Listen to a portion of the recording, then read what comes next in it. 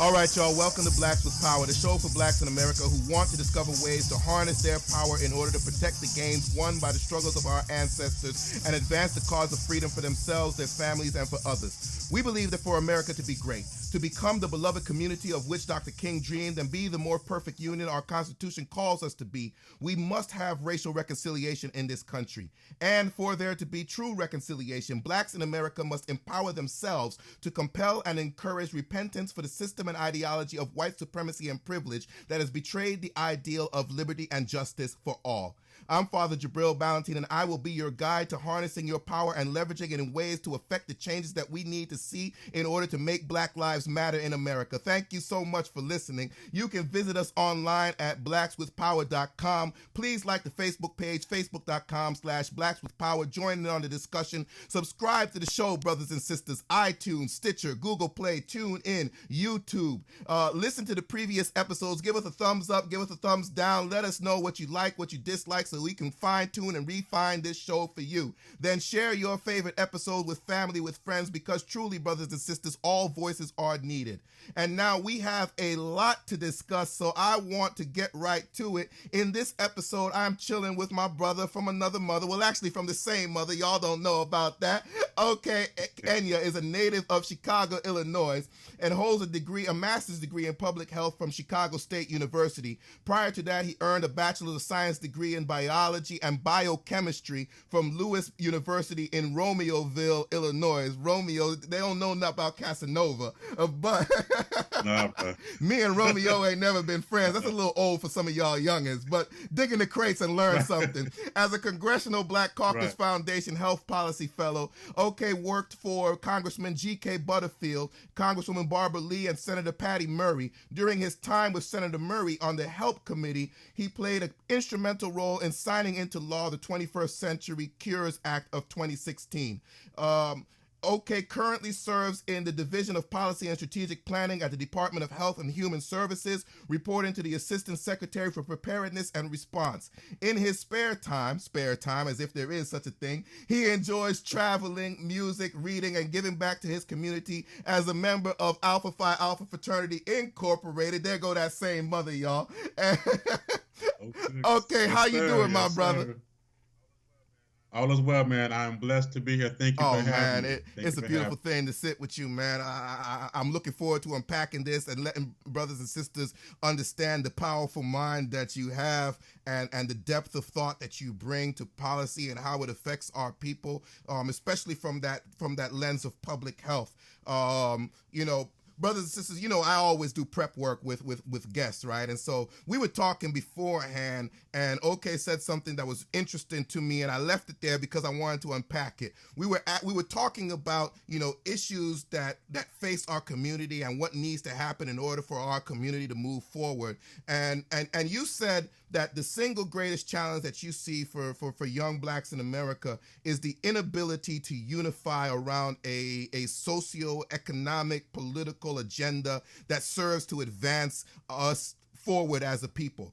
And tacked on to that, that your single greatest hope within that context is that we would come to a spiritual and cultural identity as a people. So where I wanted to start, and we talk about that, right? And people heard your background in public health. So when you talk about that inability to unify around a socio-economic political agenda that serves to advance us, what exactly do you mean by that? Sure. So one of the things that drew me to the field of public health was the aspect of social justice. Social justice is a tenet of public health. Just by its very nature, it serves to put voice and language to communities that need a voice.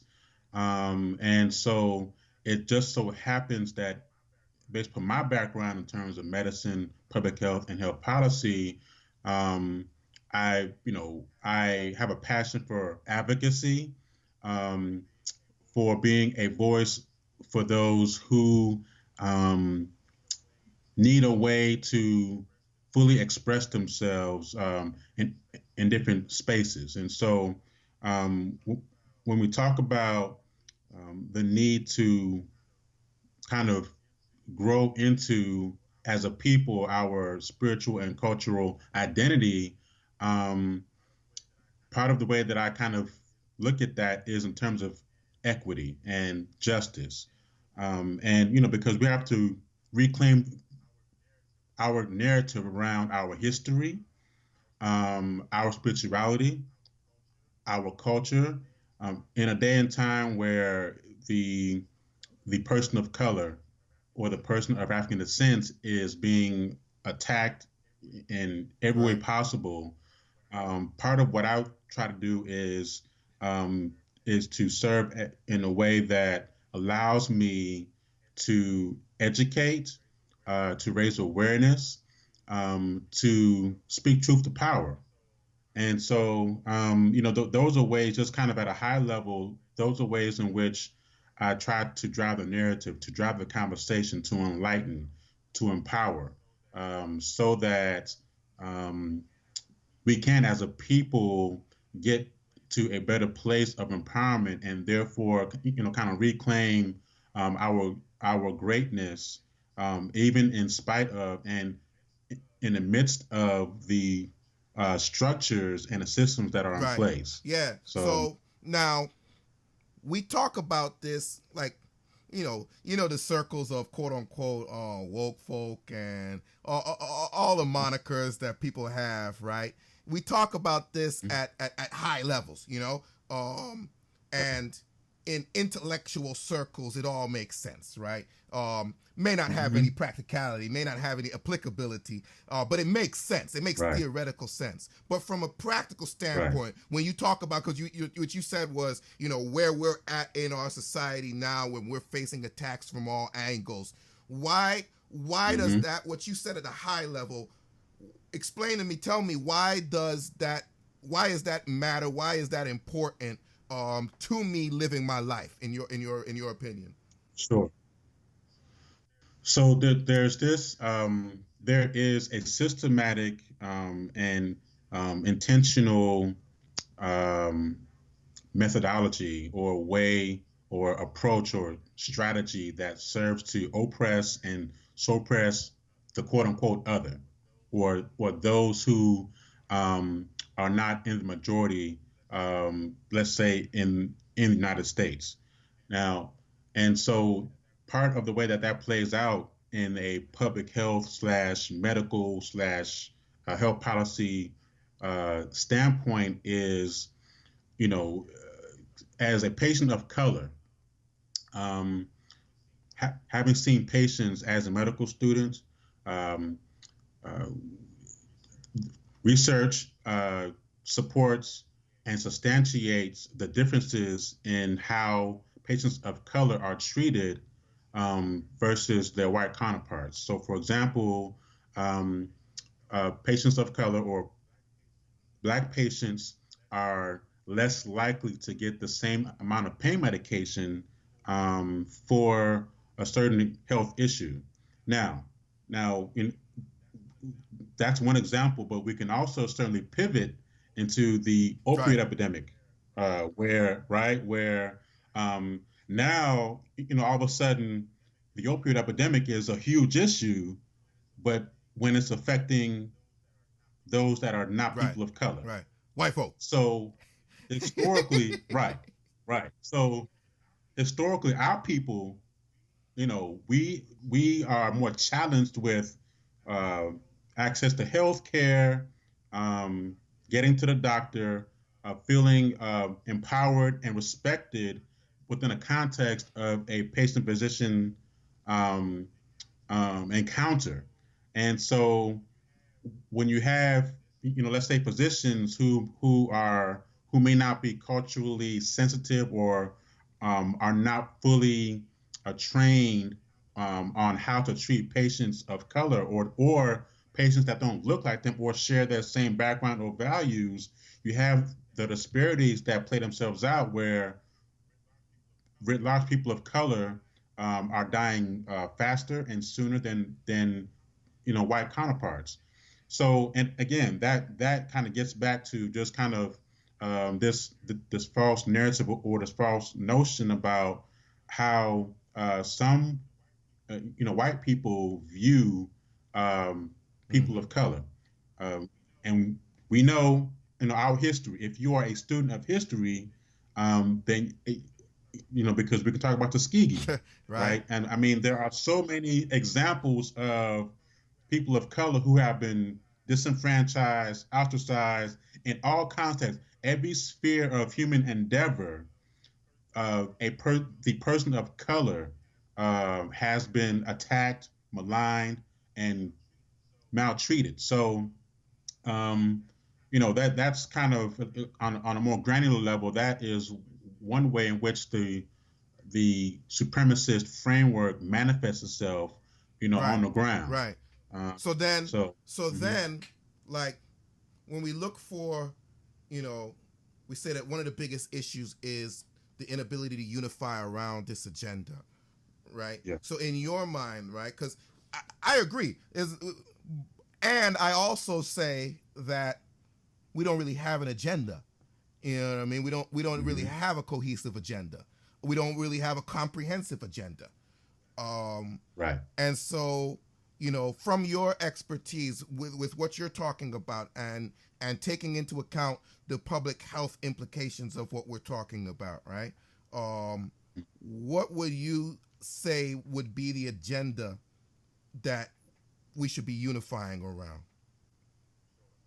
Sure. So, I mentioned the socio-economic political framework or, kind of notion where, and this kind of gets into a much larger context or a much larger, uh, um, conversation. But when we talk about unification, based on my experience, it's so important and I work, on the ground. I am a community organizer. I'm a scholar activist. I'm a former House and Senate staffer. So I navigate both on the ground and in the Right. policy space. And so part of the strategy is that, okay, can a group can a group of people uh, make the decision to select 2 to 3 agenda items, right? So whether that's getting uh, more jobs, or whether that's mass incarceration, whether that's health equity. What are the 2 to 3 issues that enough people can choose to unify around long enough to effect long lasting Yeah. positive change? And so, and now, part of the challenge when it comes to, as I've experienced, people of color, um, is that, well, one, again, if we're talking about history, we if you are a person of color or a person of African descent, you know you have your own unique history, tribe, background. uh, um, you, there's also your whole um, your cultural background, your spiritual background. And so when um, the continent of Africa was being split by the British, by the Dutch, by the French, part of that process involved splitting families apart and splitting and disorganizing the family unit, and then the language was lost. So if you're not speaking the same language, words matter, and then that tends to make it more of a challenge to get on the same page, to get behind some agenda that um, is is cohesive enough to create meaningful change. So, um, So then, what would be the part of the way pieces that I that grew you up, yeah. what would be the pieces that you would identify then? So certainly, one is to become so okay. Um, to get to a place. So if we start off um, with education, just start there. uh, can we, as a people, unite around how to best educate our children and ourselves? So that's one agenda item. What does that look like?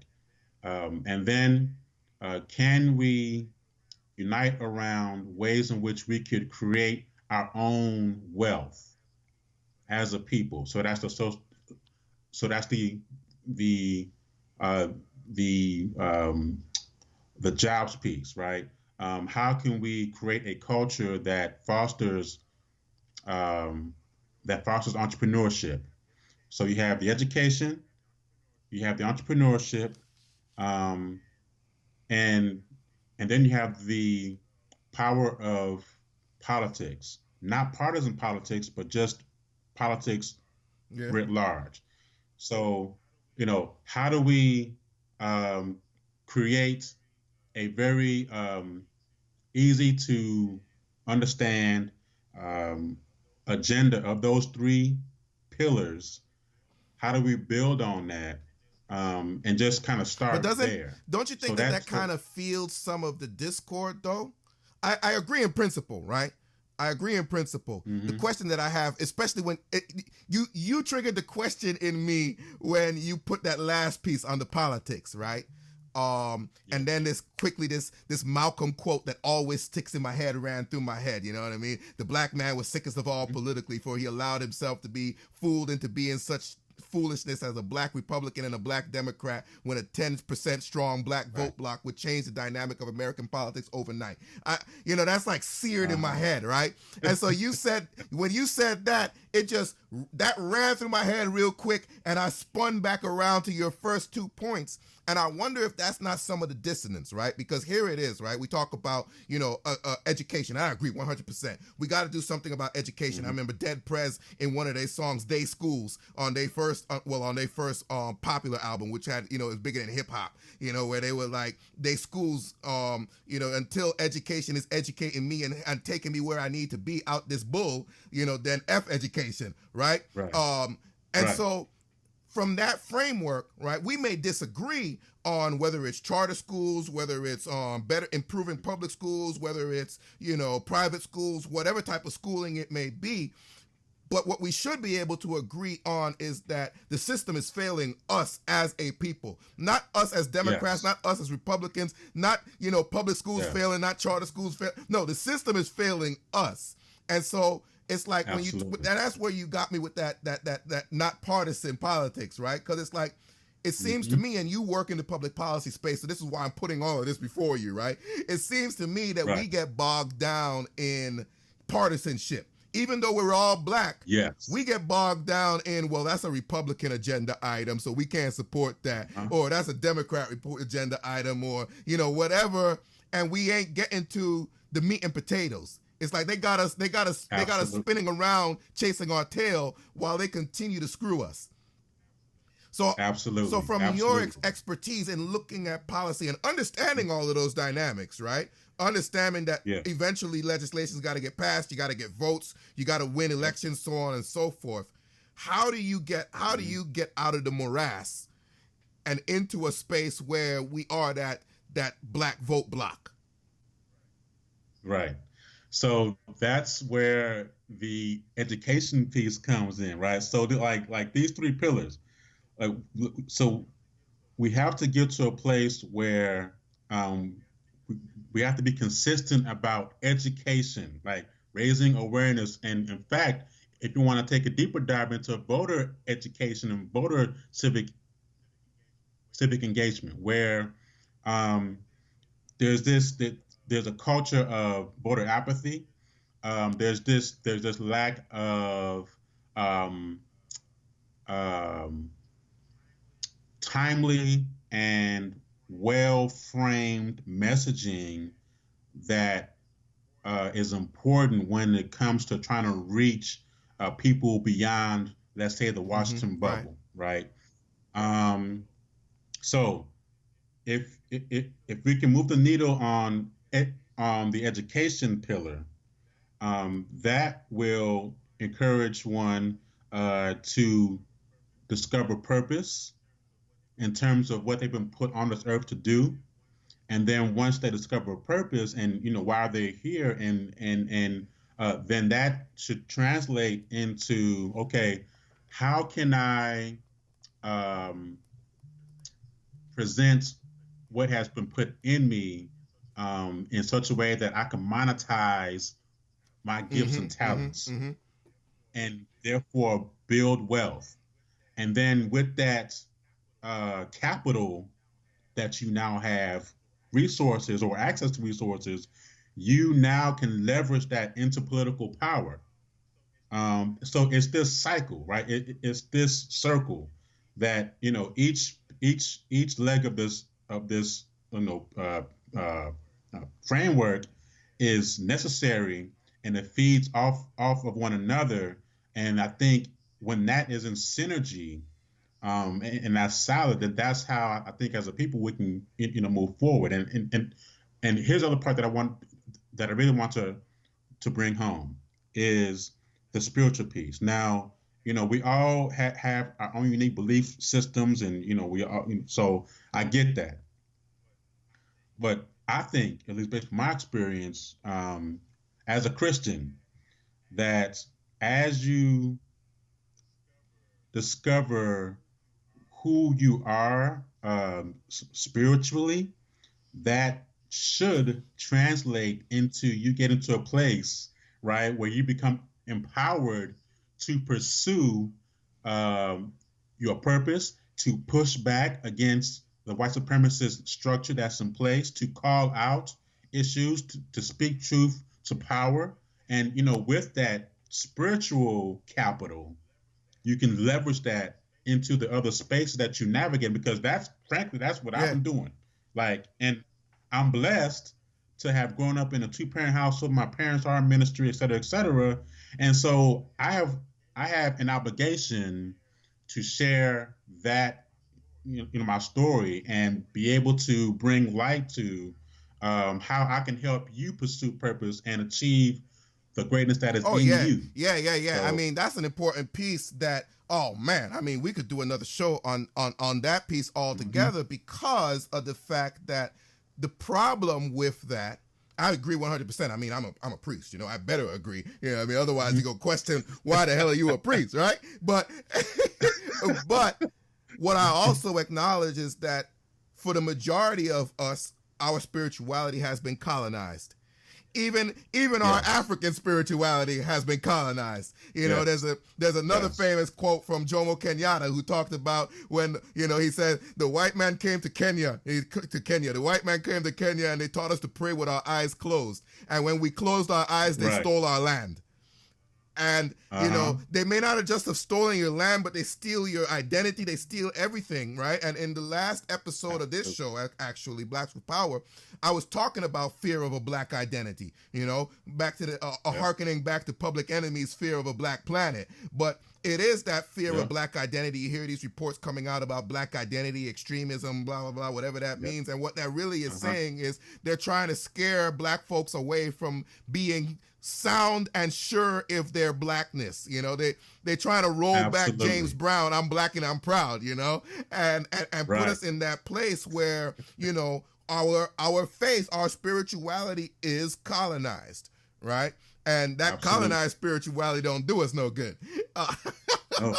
But it all harkens, it all wraps into that educational piece, because it's not just education as far as book sense, it's not just education as far as political savvy. It's also education in terms of economics, like you touched on, and also spirituality, like we touched on, So when you say in terms of moving the needle on spirituality, and looking at things, right? It's we're still in year one of the Trump age, and we're gonna have, because white folks ain't gonna impeach him, but we're gonna have we're gonna have at least 4 years, and I say we're gonna have 8. Unless David Duke decides to run for president and challenge Trump, I think we're going to have 8. But who am I?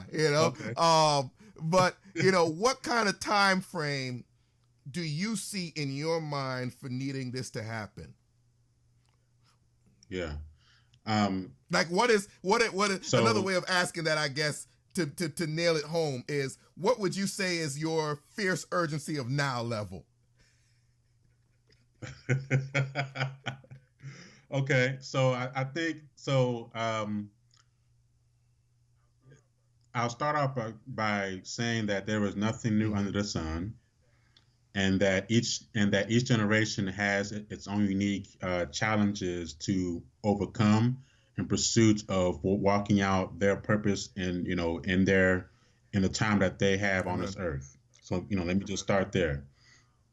Um, am I hopeful that um, even in spite of where we are in our nation's history or in world history, am I hopeful? Yes, because I'm a God is I'm a still in control. Christian, um, absolutely, and so and as long as he's still on the throne, I'm going to continue to do all that I can to make this place better than how I found it in some way, shape, or form. Right. So on a more pragmatic level, to give an example of the tide that I believe um, appears to be turning, and this is not to be presumptuous, but certainly want to recognize in terms of earlier this month with the victories in Virginia um, and New Jersey, and the blue wave that kind of washed over the nation. I had the pleasure and the privilege of helping our frat brother Yeah. Justin Fairfax to run and for lieutenant governor. He is now elect, and he'll be taking office in January. And uh, the Commonwealth of Virginia, in my estimation, was the bellwether for the nation, and is in terms of um, the potential flipping of seats, both in the House and the Senate. Now, obviously, it's still early, but if there's any indication from what we saw to transpire a few weeks ago in federal gubernatorial, state and local races across the country, then that is a good sign. Now, obviously, we want to be vigilant, and we want to continue to build on the successes that just transpired a few weeks ago. So, um, so I think in that sense, I believe that again, it's a matter of fulfilling uh, your purpose, doing your part, and making this world a better place. And that is part of what drives me. And I mean that's really all that someone can ask for. Um, and so that's kind of how I would answer that Okay. question. Okay. Cool. Yeah. Yeah. Yeah. I mean, what you started there makes me ask now. Like what is on the horizon for you, man? Yeah. Tell us, tell us, tell us what you got plotting, what you got planning, um, where where the journey is taking you, or at least where you think, because we never know, right, until we get there. But at least where you think the journey is taking you next. That's a great question, and I think and because of so you and your audience has the privilege of hearing in a much more granular way my next moves. I'm usually very discreet, and I tend to navigate in stealth mode. Um, Yo, y'all, don't tell nobody. but Don't tell nobody what you about to hit. you know, but I'll share at a just kind of at high level, kind of my vision is global in terms of influence and impact. As I mentioned to you in the pre-conversation, was that I am looking to write my first book to document and to chronicle my life story up until this point, how I grew up, the challenges that I had to overcome to get to this point, especially as a Black male. Just really getting into some being very transparent about my journey, my story. So that is one project that I'm looking to get off the ground very shortly. And I also mentioned that I just launched my health policy consulting business. And so I'll be using that as a way to effect change wherever I go on the planet. My goal is to help you get to where you're trying to go. And it's going to offer a whole host of services. It's not just going to be focused on health or policy, but on a whole range of products and services that I'm excited, to get, out there on the world stage. And then I'm also looking to pursue a PhD.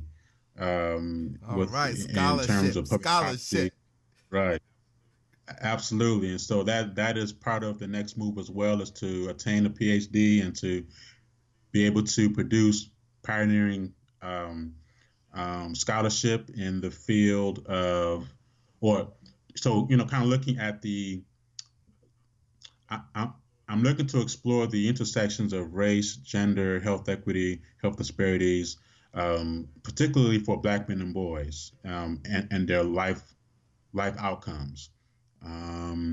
Just kind of putting more voice and language to the lived experiences of Black men and boys, and how policies or systems kind of tend to try to dictate their health and well-being. Now, at a higher level, looking at that within the context of people of color, but if I were to go deeper for Black men and boys, so I have a pretty kind of a broad portfolio, but I also will be taking it deeper to really dissect and to really present substantive data and research to substantiate and to inform policymakers, and to really better educate my colleagues and those that have an interest in living the best quality of life possible. So those are just a few things that I have brewing, right now. I tend to be on the move. I really have a lot of, ideas that I want to accomplish.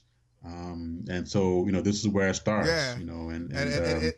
It's of critical importance, y'all. We were talking before about how, and this is especially for you all who are in the field of public health, who are in the field of health care, in the myriad ways that healthcare comes to bear, whether it's medicine, whether it's policy, so on and so forth. It's of critical importance. Mm-hmm. What we're talking about with OK is of critical importance, because we were talking about beforehand that I would make the argument, even as a theologian, that all of the problems that we face have a public health component. Correct. Dr. Joy Leary, Dr. Joy DeGruy, wrote this book, Post-Traumatic Slave Syndrome, and speaks about the public health effects of the legacy of slavery, and how everything that we are facing is almost a psychosis, almost some sort of public health concern, and the steps that we would be able to make as a people towards unifying around that agenda that you were talking about earlier, if we understand and engage the public health components of that. So I wanted to bring forth Brother Enyia to you all so that you all could meet a giant in the public health arena. Tell the people, I know you ain't got your website yet, right? And and y'all don't worry, I'm gonna hold him to making sure that he puts that up post haste. But tell people in the interim how they can reach, because the brotherhood knows him, and the brotherhood benefits from him. They get mentored by him. But those of you who may not be brothers of Alpha Phi Alpha, who may want to engage him and just pick his brain a little more, tell the brothers and sisters out there how to best contact and find you? Sure. So you'll be able to find me on LinkedIn as Okey.K.Enyia, and also on Facebook. And so with the same name. Once I get my business off the ground in terms of social media, I'll be all over social media. My business name is Enyia Strategies LLC. Enyia Strategies And we'll put LLC. all of this up so that you all know how to spell it, find it. And then, you can always join the Blacks with Power Facebook group, blackswithpower.com/Facebook. I go that route because y'all got to apply to let in. I want to make sure that people is on the up and up and trying to find solutions for our people. But Brother Enyia be in there, and that way, you can find him in there and connect with him that way as well. I really appreciate you unpacking this conversation, bro, and spending this time with us to start investigating how public health is affecting us where we are, and how we can use public health to get us out of where we are into where we need to be. So thank you, brother, for taking that time to share. And so now it's on you, brothers and sisters. I need to hear from you. I want to hear from you. Your questions, your concerns. How do you respond to the idea, the notion of public health being the sunnum bonum, being the foundational thing that we need to look at in terms of addressing the socio-economic and political disparities and situations that we face as a people? So I want to hear from you. Let me get your comments. Get into the group, blackswithpower.com/Facebook, and let us know what you think. Be sure to like the Facebook page, facebook.com/blackswithpower, and subscribe to the show on iTunes, Stitcher, Google Play, TuneIn, and YouTube. Listen to the previous episodes and leave a review. Give me a thumbs up. Give me a thumbs down. Let us know what you like, what you dislike, because really, brothers and sisters, this show exists for you. Remember, a charge to keep we have, a God to glorify, a never-dying soul to save and fit it for the sky. We have come a long way. Don't let nobody tell you otherwise. Yes, indeed, we as a people have accomplished a great deal, but we ain't there yet. So let us march on till victory is won. Live with power.